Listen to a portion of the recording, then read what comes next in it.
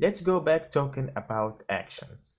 Some of my students often tell me that actions are great, but I wish to make the effects by myself, or even to make great actions by myself, but they don't have the experience yet. So I told them to learn from the actions they download. For example, if you like this action, quadrant colors, and you wish to know how exactly the action has been made. In order to do that, I'll press F12. You need to expand the action and trace it step by step by double clicking in each step.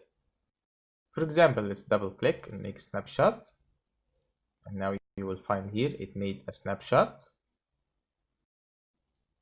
And now convert mode, it's expanded to RGB, it's already an RGB image. Then duplicate current layer. Okay, it duplicated, desaturated, then made some changes in the levels here in the midtones.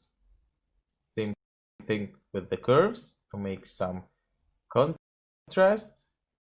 Now set selection, color balance, set another selection, then color balance, so on and so forth, until you know how exactly this action has been made.